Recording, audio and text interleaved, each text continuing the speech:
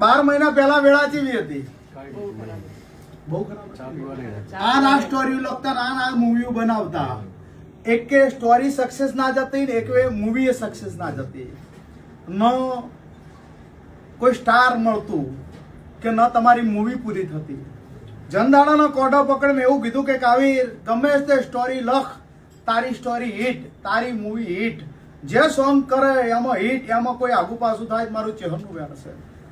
અને હજી લખવું હોય લખી લે. આ 10 તારીખ 5મો મહિનો 2026 નું પાછું બોલું છું, બરોબર 3 મહિના બને. અને ગુજરાતની અંદર તો ઇન્ડિયામાં તો તમે કરો છો મૂવી, પિક્ચર બનાવો છો ગુજરાતમાં ઇન્ડિયાની અંદર, પણ આઉટ ઓફ કન્ટ્રી નો ઓર્ડર લઈને ના મૂકું તો મારું ચહેરનું વેણ સતા નહીં વેળાય. શું કહું છું? તારી ડીલ ફાઇનલ થયેલી, કેન્સલ થયેલી છે દુબઈમાં, ડીલ થયેલી કેન્સલ થઈ ગયેલી છે. જા તાર વેળા લઈને બોલતી છું. અને આઉટ ઓફ કન્ટ્રીમાં તારું નવું શૂટિંગ ચાલુ ના કરી આલું તો વગાડ મારું કામ ચહેર લાગી.